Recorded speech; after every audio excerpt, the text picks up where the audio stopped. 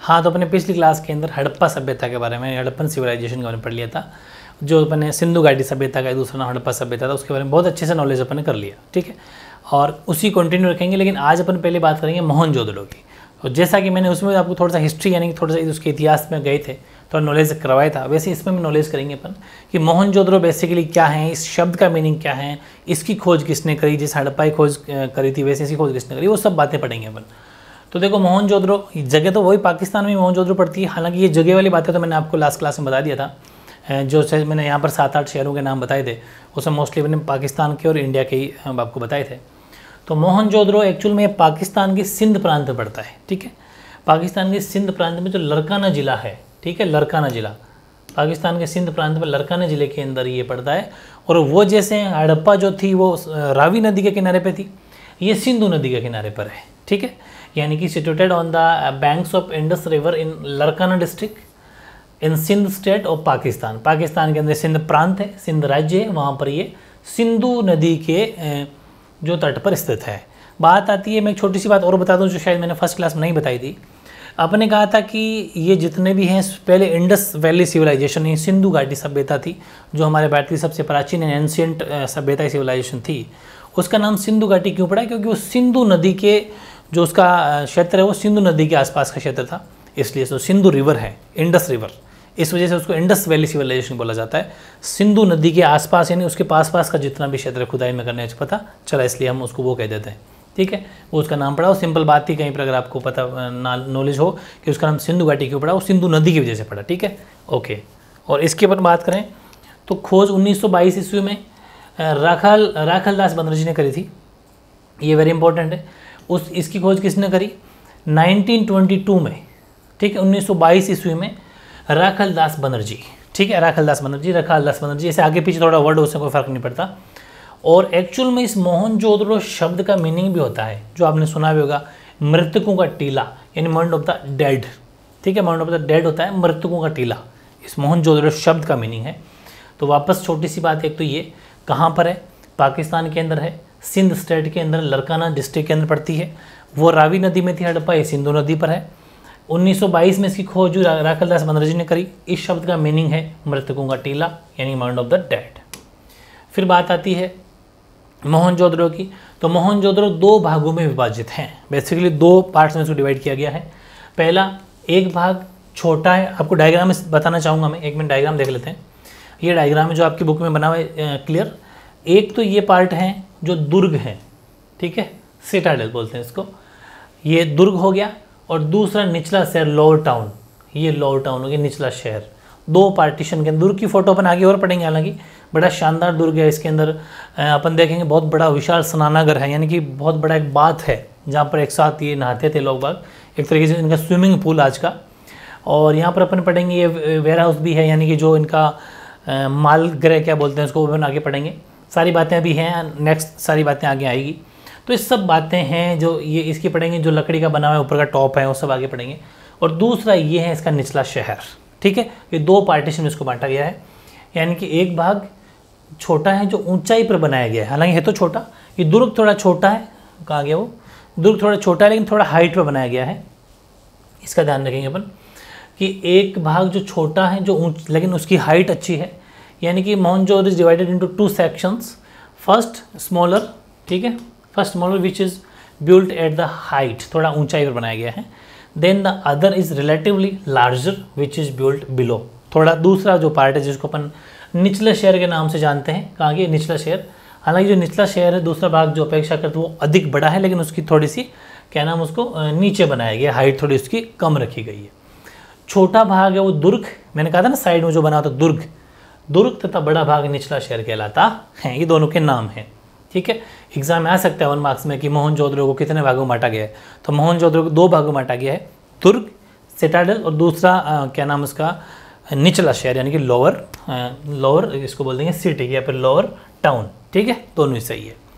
फिर दुर्ग को दीवार से घेरा गया था, चारों ओर दीवार बनी हुई है, बाउंड्री होती है ना, जैसे ये दुर्ग है इसके चारों ओर बाउंड्री खींची गई, दुर्ग इसके अंदर बना हुआ है, ठीक है, मतलब चारों तरफ से दीवार बनी हुई है। और जो निचला शहर उसको भी दीवार से घेरा गया है, पूरे बाउंड्री चारों ओर, निचला शहर जितना भी बसा हुआ है, शहर के चारों ओर भी बाउंड्री बनी हुई है और दुर्ग जो है उसके चारों ओर भी जो बाउंड्री बनी हुई है, यानी कि the Seattle was surrounded by A wall and the lower town was also surrounded by the wall. ठीक है, ये चीज़ समझ में आ गई अपने। ऐसे ही ये डायग्राम अपन देख लिया, खैर अभी इसकी बात कर ली, इसको आप आराम से देख सकते हो, ज़्यादा देखने की जरूरत नहीं, क्योंकि ये दुर्ग जो है, सिटाडल जो है वो तो अपन आगे पढ़ने वाले हैं, और ये लोअर क्या नाम जो लोअर टाउन था वो इस तरीके से बसा हुआ था, नॉर्मली अपन नॉलेज के लिए, बाकी कोई बड़ी बात नहीं है। बाकी बात करते हैं कि अभी कंटिन्यू चल रहा है ये, ठीक है, अभी ये इसको अपन कंटिन्यू करेंगे। इसके बाद है कि पहले शहर का नियोजन किया गया था, पहले शहर बनाए गए थे कि किस हिसाब से रहेंगे, कि first the town was planned and then उसके बाद में उसके अनुसार उसका कार्यान्वयन किया गया। पहले तो उसका नियोजन किया, कार्यान्वयन मतलब उसके बारे में कहते हैं ना कि जैसे अपन ने अपने देश के डेवलपमेंट के लिए पंचवर्षीय योजनाएं बनाई थी, 5 ईयर प्लान बनाए थे, तो पहले हमने पंचवर्षीय योजना बनाई, फिर उसके ऊपर उस अकॉर्डिंग काम किया, वैसे इसका पहले नियोजन किया, फिर उसके अनुसार उसके काम हुआ कार्यान्वयन किया, एंड देन इम्प्लीमेंटेड अकॉर्डिंगली। ठीक है, उसके अनुसार फिर उन्होंने काम किया कि किस हिसाब से एक नक्शा तैयार कर लिया, उस नक्शे के अकॉर्डिंग उन्होंने फिर शहर को बसाया। फिर इसके अतिरिक्त कई भवनों को ऊंचे चबूतरों पर बनाया गया था। जैसे अभी आजकल अपन जो मकान बनाते हैं उसमें पहले नींव भरते हैं, ठीक है, जैसे नींव खोदते हैं ज़मीन के अंदर, फिर उसके ऊपर मकान बनाते हैं। इन्होंने पहले ऐसे चबूतरा बना दिया, एक सीमेंटेड जो भी चबूतरा समझते हैं वो थोड़ा ज़मीन से ऊपर, और इसके ऊपर बिल्डिंग बनाते थे। तो ये जो चबूतरा होता था वो इनके नींव का काम करता था, ठीक है, यानी कि फाउंडेशन का काम करता था, यानी कि चबूतरों बनाया था जो नींव का कार्य करते थे। इनके लिए कहाँ क्या काम आता, नींव का यूज हो जाता। कि first the town was planned and then implemented according हो गया। हाँ, in addition many buildings were built on high platforms which served as the foundation, जो इसके नींव का काम करते थे। ठीक है, फिर बात आती है ईंट जो लगाते थे ये, तो ईंट एक निश्चित अनुपात में होती थी, एक फिक्स रेशियो में ईंट लगाते थे। ऐसा नहीं है कि ऐसे कहीं इतनी बड़ी ईंट है कहीं छोटी ईंट, एक फिक्स रेशियो की होती थी। ईंट एक निश्चित अनुपात में होती थी, जहाँ लंबाई और जो चौड़ाई लेंथ एंड ब्रेथ जो है, लेंथ एंड ब्रेथ वो इसकी ऊंचाई की, जो इसकी हाइट है ना, हाइट की क्रमशः 4 गुनी, ये तो 4 गुनी और ये 2 गुनी होती थी। ये ध्यान रख लेना आप, 4 2 गुनी, यानी कि अगर हाइट 1 है तो लंबाई 4 है और चौड़ाई 2 है। ये है सिस्टम, ठीक है, यानी कि इसकी जो लंबाई है, यस लंबाई और चौड़ाई, ये सॉरी ब्रेथ चौड़ाई, इसकी ऊंचाई पर, ये जो ऊंचाई है ना हाइट, इस ऊंचाई की 4 गुनी, ऊंचाई से 4 गुनी और 2 गुनी क्रमशः का मतलब है पहले लंबाई फिर चौड़ाई, तो इस हिसाब से चलती थी। यानी bricks were in certain proportion where the length and breadth were 4 times and twice the height respectively. ये बात समझ में आ गई। ये ईंटों का रेशियो है, आ सकता है डीप पूछे, ब्रिक्स का अनुपात पूछे 1 मार्क्स में तो आ सकता है, ध्यान रखना है ना। नेक्स्ट क्वेश्चन अपना कंप्लीट हो गया है।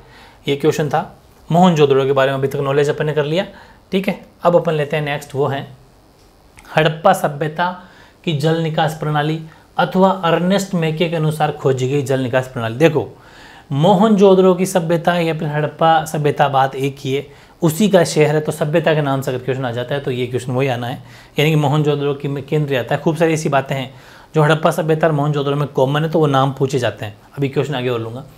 तो हड़प्पा सभ्यता की जल निकास प्रणाली कैसी थी, एग्जाम में अगर आ जाए तो आपको ये एक मैंने डायग्राम लिया है। मोहनजोदड़ो की एक नाली है, यानी कि एक ड्रेन है मोहनजोदड़ो के अंदर, ये आपको नाली दिख रही होगी, ये बीच का, ये चारों ओर तो दीवार है, सीमेंटेड नाली बनी हुई है, बहुत गहरी है। वो सामने एक इंसान खड़ा है जो आर पार दिख सकता है, इतनी गहरी, जैसे कोई दीवारें, बड़ी बड़ी दीवारें होती है ना, उतनी दीवारें चारों ओर है। इसने एक एग्जाम्पल ले लिया ड्रेनेज सिस्टम का। नालियाँ इतनी मजबूत होती थी, सीमेंटेड होती थी। तो अपन देखते हैं कि उस टाइम पर ये लोग जल निकास प्रणाली इनकी कैसी थी, कैसे पानी का मतलब जो गंदा पानी है या साफ पानी, कैसे इसका इस्तेमाल करते थे। तो ये था कि हर आवास को गली की नालियों से जोड़ा गया। पहली बात तो हर आवास को एक नाली से जोड़, कनेक्टिविटी, क्योंकि घर का जो गंदा पानी हो फिर उससे जाता था। तो it is certainly the most complete ancient system eight yet discovered.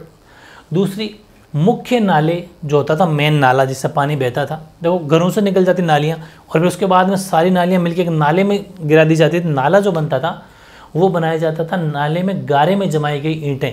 जो ईंट होती है ना, अब आजकल तो ईंटें सीमेंट के साथ में जमा देते हैं अपन, सीमेंट लगा दी फिर ईंट रख दी फिर से ऐसे मकान बनता है। लेकिन उस टाइम पर ये कैसे बनाते हैं, जो गारा होता है ना, गारे का मतलब है जो चिकनी मिट्टी होती है उसको ऐसे मतलब गीला करके मिक्स करके उसमें ईंटें जमाते थे, ठीक है। ईंटों से बने थे, जिसमें मतलब ये अपने जो ये मटके वगैरह नहीं बनते, मटके भी तो एक गारा ही होता है, उस गारे की तरह बनता था, ईंटों से बने थे। Every house was connected to the street drums, अच्छा ये लाइन तो है ही, ये रहा, यानी कि हर आवाज़ को गली की नालियों से जोड़ा जाता था। ये जो अपन बात लिखी ना ये वाली, इसके वाली आप मत लिखना, इसकी ज़रूरत नहीं है, इसकी ज़रूरत नहीं है, ठीक है, इसकी ज़रूरत नहीं है।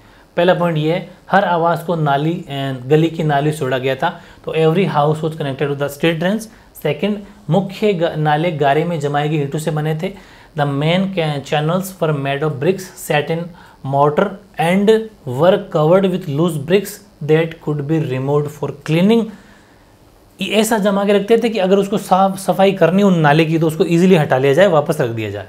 पूरा दिमाग से काम करते थे कि उन्हें ऐसी ईंटों से ढका जाता था जिन्हें सफाई के लिए हटाया भी जा सके। इतना मतलब कच्ची ईंटें, कच्चा गारा होता था, उसको इजीली हटा लिया फिर वापस रख दिया। ऐसा कुछ स्थानों पर ढकने के लिए चूना पत्थर की पट्टिका, जैसे इकट्ठा ऐसे चूना पत्थर जोड़ जोड़, क्योंकि चूना टूटता नहीं जल्दी से, ऐसा 8-10 का ग्रुप बना लिया ऊपर, जैसे अपन ढक्कन लगाते हैं ना वैसे ढक्कन सा लग गया, आराम से उसको हटा लिया, फिर साफ कर दी नाली को, फिर वापस रख दिया। ऐसा भी करते थे। In some cases limestone was used for this covers, यानी कि खूब जगह चूना पत्थर की बनी हुई नालियाँ भी इन्होंने काम पर कहीं कहीं पर देखने को मिलती है। ये चीज़ है, ठीक है। तो ये उनका जल निकास प्रणाली थी, कैसे वो पानी को बाहर निकालते थे वो अपन पढ़ रहे हैं। अभी कंटिन्यू पूरा नहीं हुआ है, देखो इसके बाद में पॉइंट वापस लिखना। घरों की नालियाँ पहले एक होदी या मलकुंड में खाली होती थी। अब क्या होता था, बड़ा शानदार सिस्टम बना के रखते थे लोग, कि जैसे ये घर है, एक इधर ये घर है, एक ये घर मान लीजिए, इनसे ऐसे इस नाली, यहाँ से इसकी घर की नाली निकली, इस घर की नाली निकली, इस घर की नाली निकली, और आगे जाके एक ऐसा कोई कुंड बना दिया, बड़ा सा गड्ढा खोद के, बड़ा मलकुंड बोलते हैं उसको, यानी जिसमें गंदा पूरा नालियों का पानी इकट्ठा हो जाए। तो एक होदी बोलते हैं ना लैंग्वेज में, होदी है, पानी का टैंक जो होता है, होदी या मलकुंड में यहाँ पर सारी खाली हो जाती है, यहाँ जगह, ठीक है, ऐसे खाली होती थी, जिसमें ठोस पदार्थ। अब क्या होगा, आपको पता है जो बड़ा सेडिमेंट होता है, बड़ा ठोस सॉलिड होता है, वो सीधी सी बात है इसमें आएगा और यहाँ के गिर जाएगा, ठीक है। पानी तो ऊपर से निकल सकता है, लेकिन जो भी मोटी बड़ी ठोस चीज़ होती है वो गड्ढे में गिर जाती है। तो ठोस पदार्थ तो यहाँ जमा हो जाता, जो सॉलिड वेस्ट होता था, और जो गंदा पानी होता था वो नालियों में बह जाता था, फिर वो कंटिन्यूटी आगे चलता रहता। और फिर उसके बाद में बहुत लंबे नालों में कुछ अंतराल पर, अच्छा ये समझ में आ गया आपके, ऐसे जो मलकुंड जगह जगह बना दिए जाते थे, तो इनमें क्या होता था कि जो भी ठोस चीज़ आती है, जैसा मान लो कि सब्जियों के बड़े बड़े छिलके हैं और ऐसी चीज़ें, वो तो इनमें आके ठहर जाएगी, अंदर गिर जाएगी, पानी उनमें ऊपर से निकलता रहेगा, पानी निकलता रहेगा, वो गड्ढे ऐसे गंदगी में काम आ जाते। और बहुत लंबे नालों में कुछ अंतराल पर सफाई के लिए होदियाँ बनाई, तो बार बार ऐसे, ताकि वो क्या करते, ऐसे आते, पानी तो चलता रहता, और इस गंदगी यहाँ से कचरे को उठा के, मतलब कितनी टेक्नोलॉजी का काम था उस टाइम पर। ये बड़ी चीज़ है कि बड़े बड़े सेडिमेंट्स, क्योंकि मेन तो वही गंदगी होती है, छिलकों की, ऐसा मान लीजिए पॉलीथीन की, एग्जाम्पल ले रहा हूँ, बड़े बड़े लकड़ी की, जो भी ऐसे डंठल वगैरह होते हैं, उनको यहाँ से उठा लिया, फिर वापस पानी तो वैसे ही गंदा नहीं होता, पानी तो चलता रहता है, लेकिन मेन चीज़ यही थी। जो house then first emptied into a sump और cases into which solid matters settled while waste water flowed out into the street ramps, और very long drainage canals were provided into intervals with sumps for cleaning। जो सफाई के लिए जगह जगह पर ऐसे बनाए होते थे, जहाँ पर बड़ा बड़ा पार्ट्स वहाँ पर आगे जम जाता, पानी उनके आगे से बहता रहता। तो बड़ा शानदार सिस्टम था, ऐसा आगे से आगे नाली बनी होती थी, बीच बीच में जगह जगह पर ऐसा बना होता था, जिसमें बड़ा बड़ा पार्ट आ जाता, और नालियाँ भी साफ रह जाएगी इससे, ठीक है। फिर मलबे मुख्यतः रेत के छोटे छोटे ढेर, सामान्यतः निकासी के नालों के अगल। अब जैसे क्या होगा कि जैसे यहाँ से मलबा निकलेगा, भाई यहाँ पर कचरा हो गया, बड़ा बड़ा कचरा, उसको बाहर निकालेंगे तो मलबा बोलते हैं उसको, ये तो समझते होंगे आप। यहाँ से निकाला मलबे को यहाँ रख दिया, यहाँ से निकाला यहाँ रख दिया मलबे को, ठीक है। तो मलबा मुख्यतः रेत के छोटे छोटे ढेर, सामान्यतः निकासी के नालों के अगल बगल ही पड़े रहते थे। भाई यहीं जैसे ये नाली चल रही है और यहीं पर रख दिया, ऐसे यहीं पर, यहीं अगर कभी इधर तो कभी इधर, अगल बगल का मतलब होता है उसके चारों ओर, ठीक है, पड़े मिले हैं।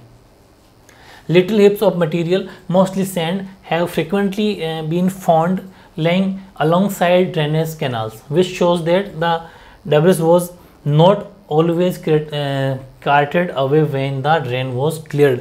इससे अपन को एक चीज़ सीखने को मिलती है कि वो ऐसे कचरे के ढेर मिले उसी नालियों के पास में ही।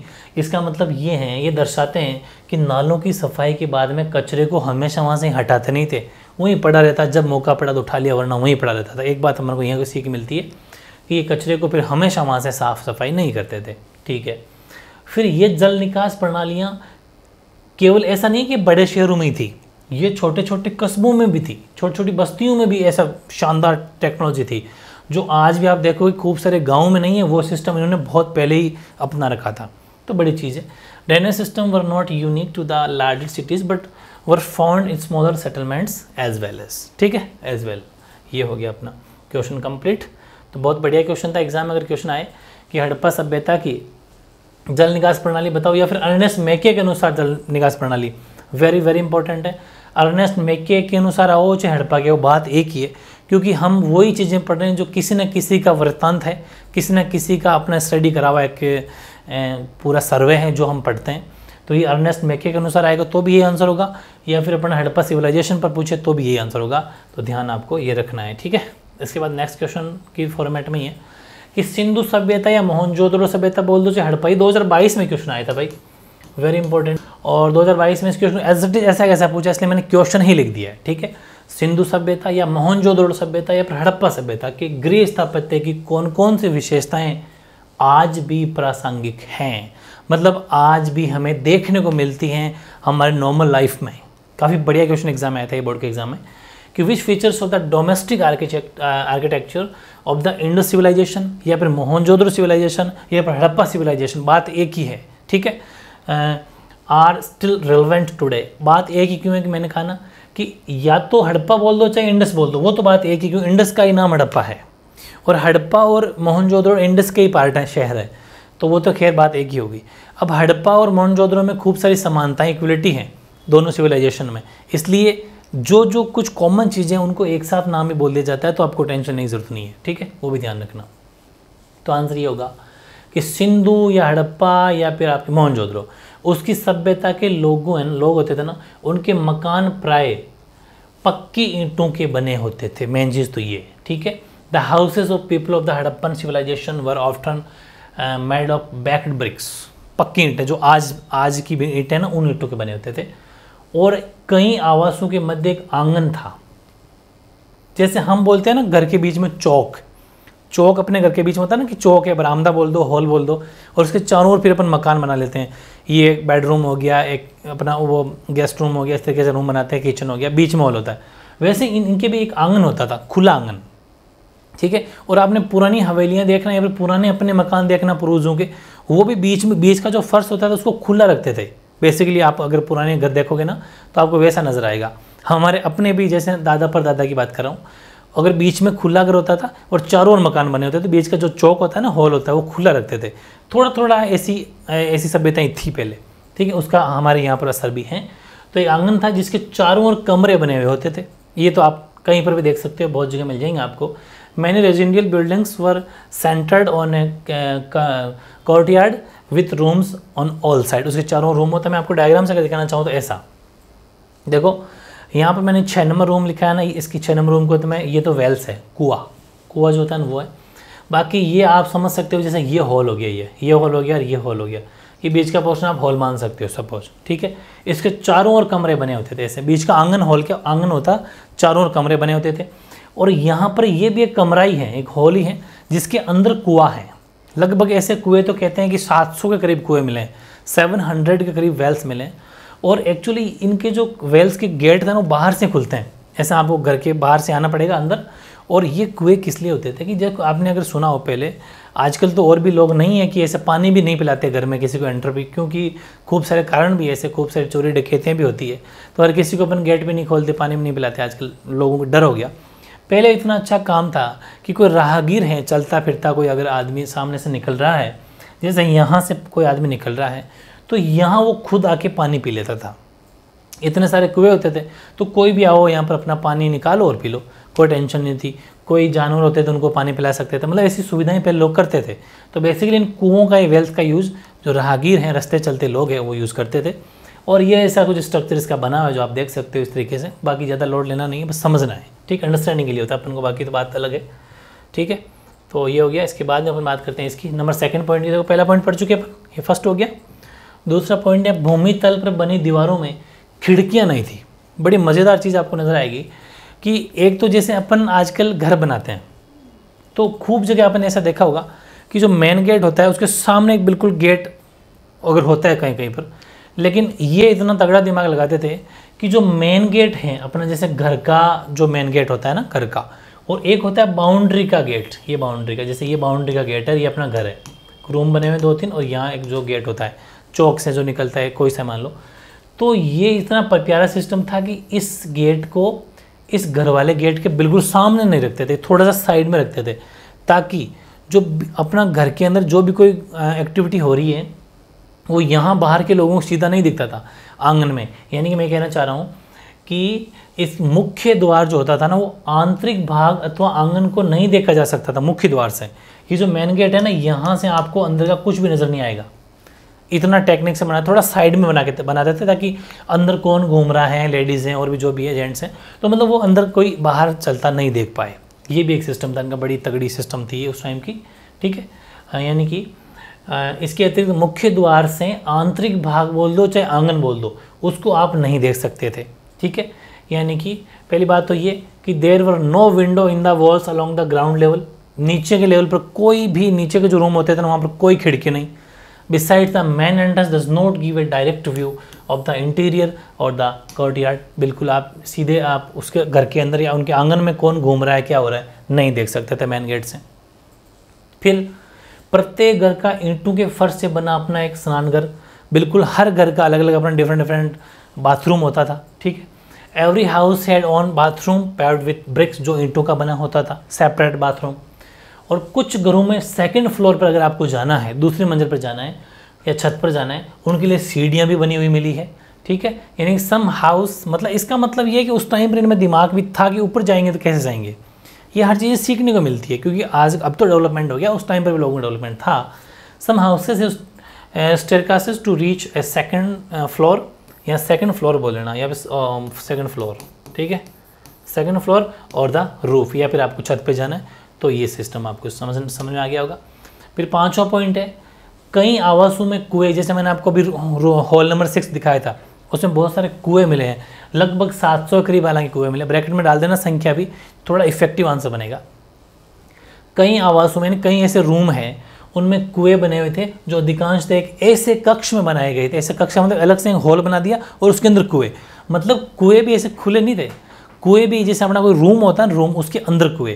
इसका मतलब ये हुआ कि कुएं खोद दिए और कुएं की चारों ओर बाउंड्री खींच दी, तो एक वो हॉल बन गया, कक्ष बन गया, एक रूम बन गया, उसके अंदर कुएं होते थे, ठीक है।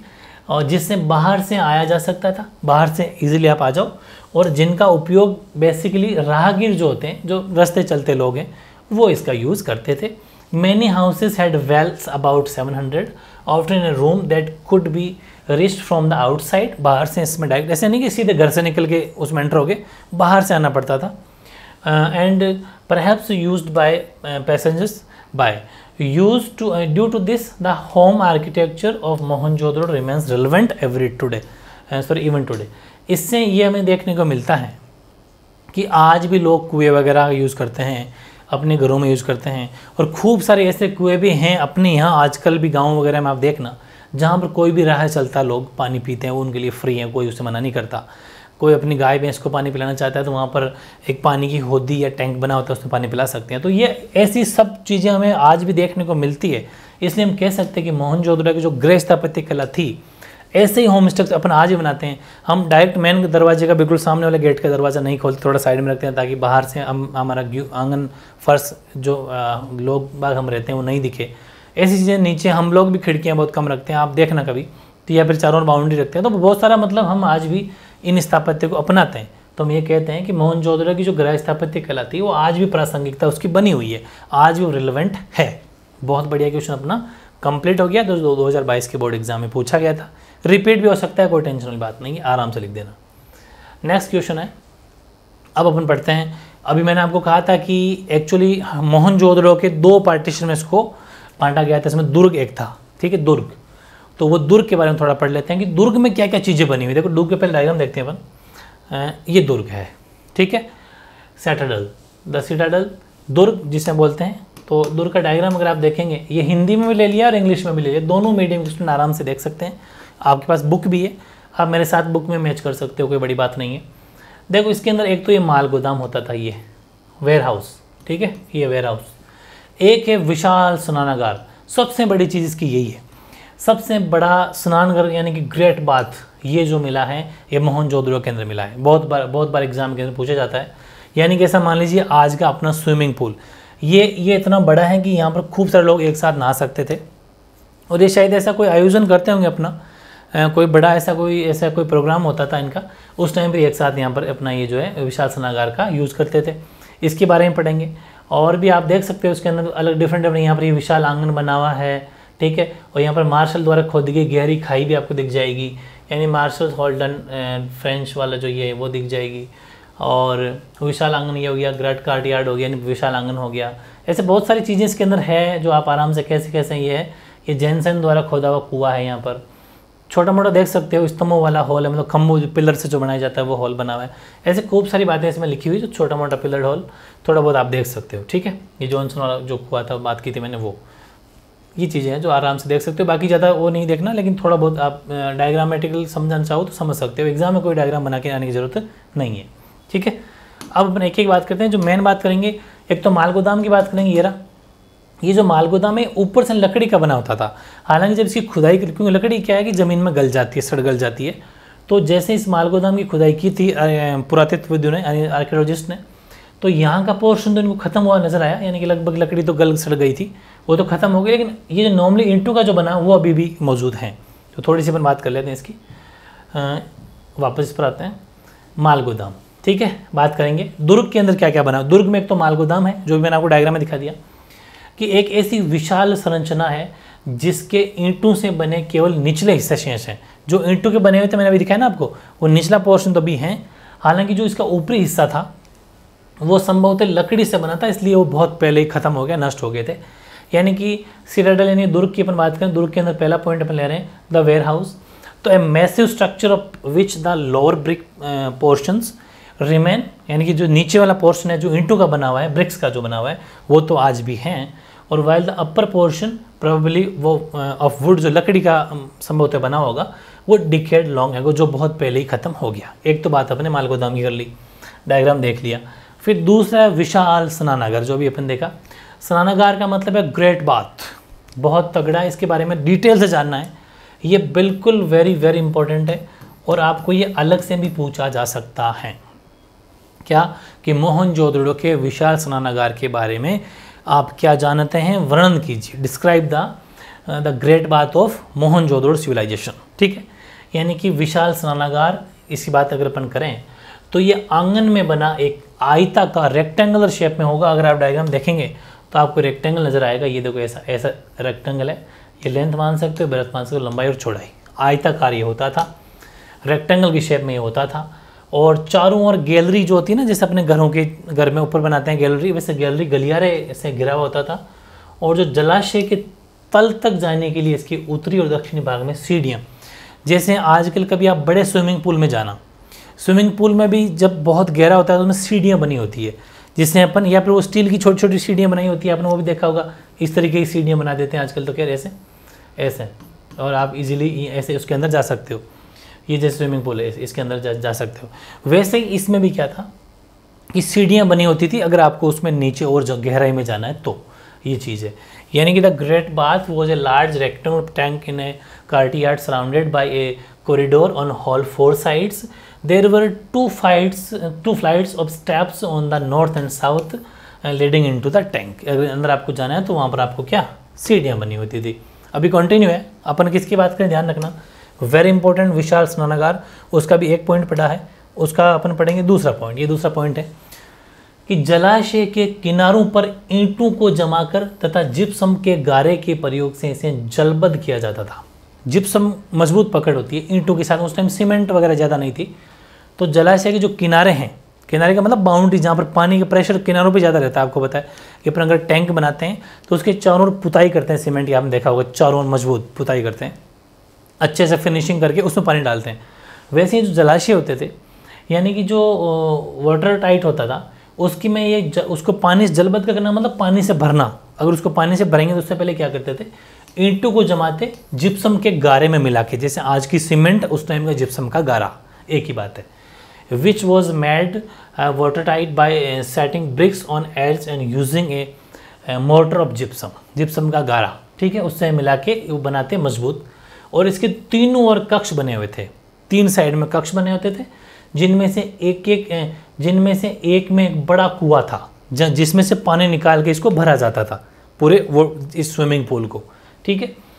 और यानी कि 3 were rooms on 3 sides, in one of which was a large well, उसकी एक तरफ पानी का कुआं होता था, और water from the tank flowed into a huge drain, ठीक है, जिसमें जलाशय से पानी बड़े नाले में बह जाता था। अब आप ये भी सोच रहे होंगे कि जब ये भरता था पानी बहेगा तो किसी जगह तो बड़ा सा नाला बनाया था कि जैसे ही यूज़ हो गया गंदा पानी हो गया तो उस नाले से बह जाता था, ठीक है, फिर आप नालो तो गंदा पानी उससे निकल जाएगा, ऐसा सिस्टम था।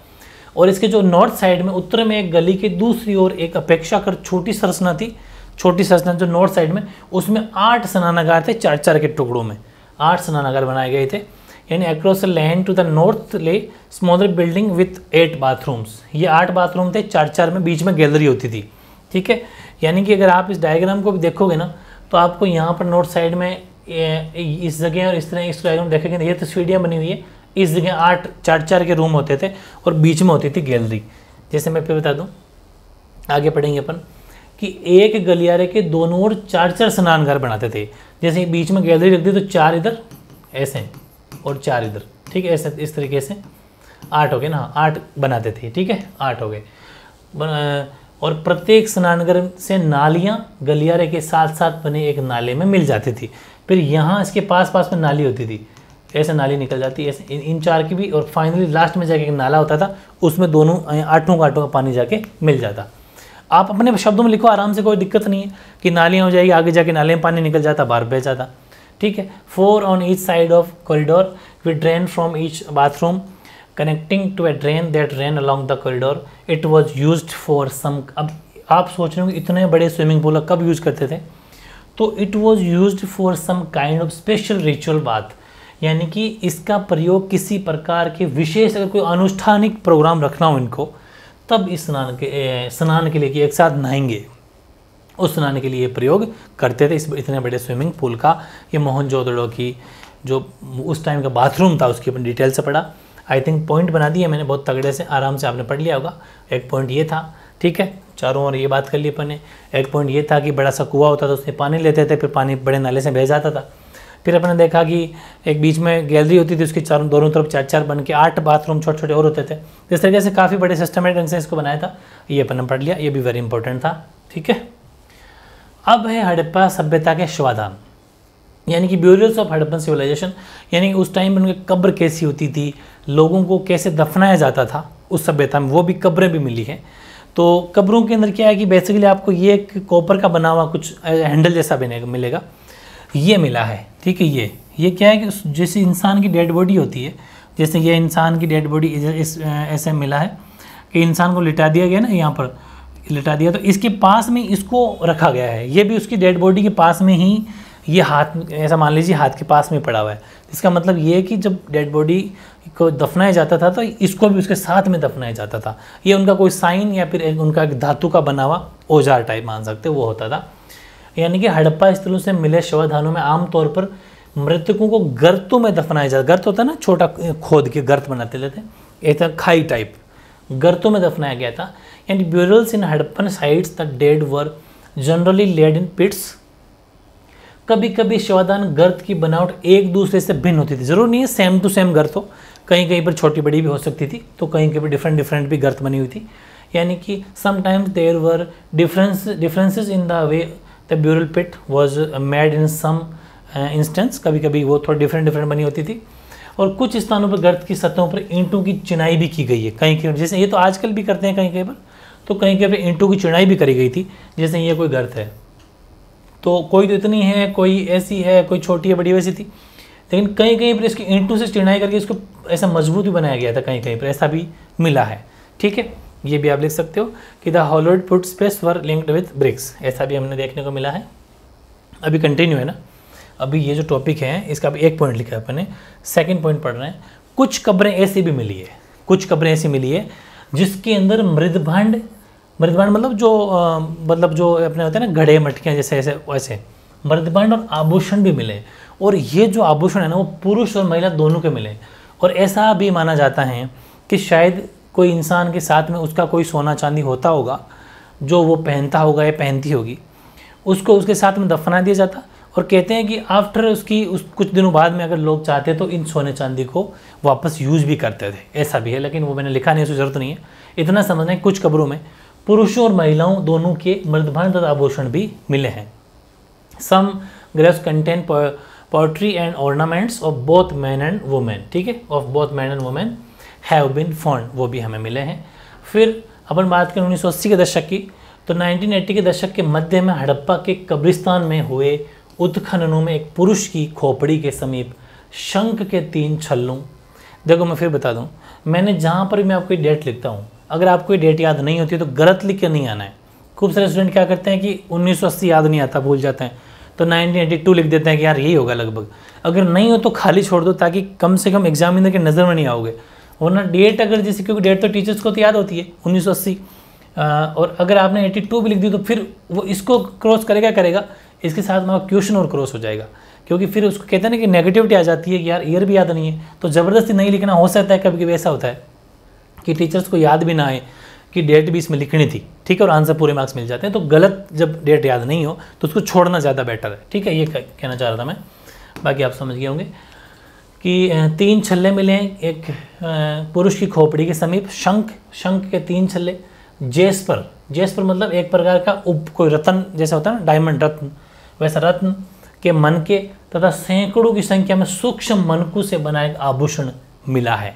ये भी याद हो जाए तो लिख देना कि in fact in excavation and the cemetery in Harappa in mid 1980s and ornaments consisting of 3 shell rings, jasper जो कि ब्रैकेट में लिखना है कि kind of semi precious stone, bead and hundreds of micro beads was found near the skull of a male, पुरुष की खोपड़ी के पास में।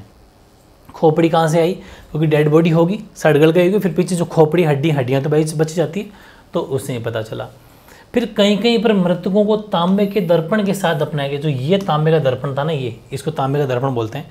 कहीं पर बॉडी के पास में ये भी रखा हुआ है, तो ये भी हम लिख रहे हैं कि कहीं पर मृतकों को तांबे के दर्पण के साथ भी दफनाया गया है।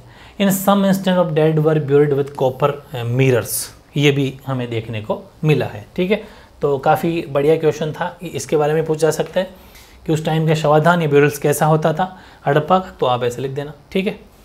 नेक्स्ट है सिंधु सभ्यता में विलासिता की वस्तुएं, यानी कि luxuries good in Indus civilization. अगर बात करें लग्जरी की तो उसके अंदर ये हैं। ये क्वेश्चन भी काफ़ी इंपॉर्टेंट है, शायद 2 मार्क्स 1 मार्क्स में पूछा गया क्वेश्चन है कि सिंधु सभ्यता में विलासिता की वस्तुओं में एक सबसे बड़ी इंपॉर्टेंट चीज़ थी, वो थे फायोन्स, ठीक है।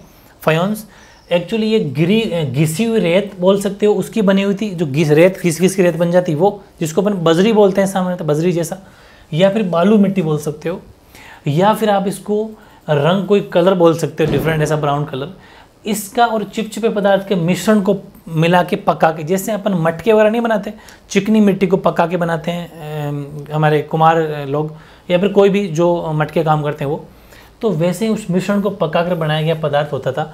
उससे बने लघु पात्र मिले जो संभवतः सुगंधित द्रव्यों के पात्रों के रूप में प्रयुक्त होते थे, यानी कि ये इत्र वगैरह जो खुशबू वाली चीज़ें होती है, सेंट है, इत्र हैं, ये सब इसके अंदर, परफ्यूम वगैरह उसके अंदर रखते होंगे, ठीक है। तो मतलब ये लग्जरी के अंदर आगे थोड़े शौकीन जो लोग थे वो, यानी कि luxuries good in the Indus civilization. Among the luxuries in the Indus civilization are small pots made of, इसको अपन बोलेंगे फायंस, ठीक है, हिंदी में बोलते हैं इसको फायंस। फायंस जो डायग्राम आपको दिख रहा है, ऐसा देखो, ये ऐसा स्ट्रक्चर है, जैसे कोई छोटी मोटी मटकी जैसा ही बना हुआ है नॉर्मली, ये बना हुआ, फिर थोड़ी ड्राइंग बनाई हुई, ये छोटा सा आपको ऐसा गोल गोल सा आपको ऐसा नजर आएगा, ये ठीक है, ये हो गया फायोन्स। इसके अंदर ये जो खुशबूदार चीज़, सुगंधित पदार्थ जो होता था वो इसके अंदर डाल के रखते थे, ठीक है। A material made of ground sand या silica mixed with colour and gum and then fired, आग से पका लेते थे, उसका ये बना हुआ है। Which were probably used as vessels for aromatic substance. Gold ornaments have also been received from the hoards, ठीक है, यानी कि ये भी लिख रहे हैं अपन कि संचयों से स्वर्णाभूषण में प्राप्त हो। एक वर्ड यूज हुआ है संचय, ठीक है, यानी कि गोल्ड और have also been received from herds. ये जो संचय जो होते हैं, जैसे अपन कहते हैं ना किसी को संचय स्टोर करके रखना, वैसे ही ऐसे कोई स्टोर करके कुछ बॉक्स जैसा बना हुआ था जिसमें सोने के आभूषण रखे जाते थे। इसके बारे में भी अपन जान लेते हैं थोड़ा सा, ये क्या था, इस वर्ड का मीनिंग बताया मैंने। ये क्वेश्चन तो पूरा हो गया, ये क्वेश्चन अगर 2 मार्क्स में आता है विलासिता की वस्तुएं सिंधु सभ्यता की, यानी कि अगर इंडस सिविलाइजेशन लग्जरीज गुड्स के बारे में पूछे तो आपको इतना ही लिखना है 2 मार्क्स में बात, ठीक, इससे बड़ा नहीं आएगा ये। अब बात करते हैं संचय शब्द, यानी कि हर्ट्स ये चीज़ क्या है। तो देखो, लोगों द्वारा सावधानी, जैसे अपना एक बैंक नहीं होता और बैंक में अपन लेते हैं लॉकर, उस लॉकर में अपन कुछ गोल्ड ऑर्नामेंट्स ऐसी महंगी चीज़ें रख देते हैं और उसका कुछ सिक्योरिटी चार्ज लगता है, वो अपन महीने तो ईयरली जो हमारा देना होता है दे देते हैं ताकि हमारी चीज़ वो सेफ़ रहे। वैसे ही ऐसा मान लीजिए कि उस टाइम ये लॉकर था, ठीक है, यानी कि लोगों द्वारा सावधानीपूर्वक अधिकांशतः पात्रों में, जैसे कि घड़े हो सकते हैं, उस टाइम पर घड़ों में रखी गई वस्तुओं के लिए प्रयोग किया जाता था इस शब्द को, संचय शब्द को। और ऐसे संचय आभूषणों के हो सकते थे ये संचय आभूषण। ये संचय का मतलब समझ गए ना, ये संचय का मतलब है एक घड़ा, समझ सकते हो, एक घड़ा ऐसा बर्तन जिसके अंदर सोने के आभूषण वगैरह ऐसी महंगी चीज़ें रखते थे, ठीक है, यानी कि आभूषण हो सकते हैं, ये संचय आभूषण के वो हो सकते हैं, अथवा धातुकर्मियों द्वारा पुनः प्रयोग के लिए संभाल कर रखी गई धातुओं के, कोई से भी हो सकते हैं ये, ठीक है। यदि किसी कारणवश मूल स्वामी, जो मूल इनका मालिक है इन संचय का, वो अगर इन्हें पुनः प्राप्त नहीं करता, वापस से अगर इसको नहीं प्राप्त करता, तो ये तब तक अपने स्थान पर रहते जब तक कोई पुरातत्वविद इन्हें खोज नहीं निकालता। इसका मतलब ये है कि जो मालिक होता था वही इनको खोजता था, बाकी इसी को हाथ नहीं लगाते। अभी जो आर्कियोलॉजिस्ट है, हालांकि उन्होंने तो इसका पता लगाया, जो भी उनको मिलता है तो वो निकाल के लाते हैं, वो चीज़ है। हाफ सारा object keep carefully by people open inside containers such as pots. Such hoards can be of jewelry or a metal object saved for reuse by metal workers. वापस रीयूज करने के लिए। अगर नहीं भी यूज़ करते वो, if for some reason the original owners do not retrieve them, तो they remain where they are left till some archaeologist find them. जब तक आर्कियोलॉजिस्ट या पुरातत्वविद आर्कियोलॉजिस्ट अगर इन्हें हाथ नहीं लगाता, जब तक ये वहीं पर पड़े रहते, इसको कोई टच ही नहीं करता, ठीक है। तो इस तरीके से अपन ने बहुत बड़ा नॉलेजेबल दोनों क्लास अपने पढ़ी है। अब इसके आगे और बढ़ेंगे, जो अपन नेक्स्ट क्लास में पढ़ेंगे। मेरे साथ के साथ आपको उतारना थ्योरेटिकल चैप्टर है, समझने वाला चैप्टर है, लेकिन मेरे साथ के साथ प्रॉपर किस हिसाब से एग्जाम में क्वेश्चन आएंगे, वो फॉर्मेट विद डायग्राम और मैप के साथ पढ़ रहे हैं। आई थिंक आपको पढ़ के समझ में पूरा आ रहा होगा। तो इसके आगे अपन पढ़ेंगे नेक्स्ट क्लास में, ठीक है, ओके।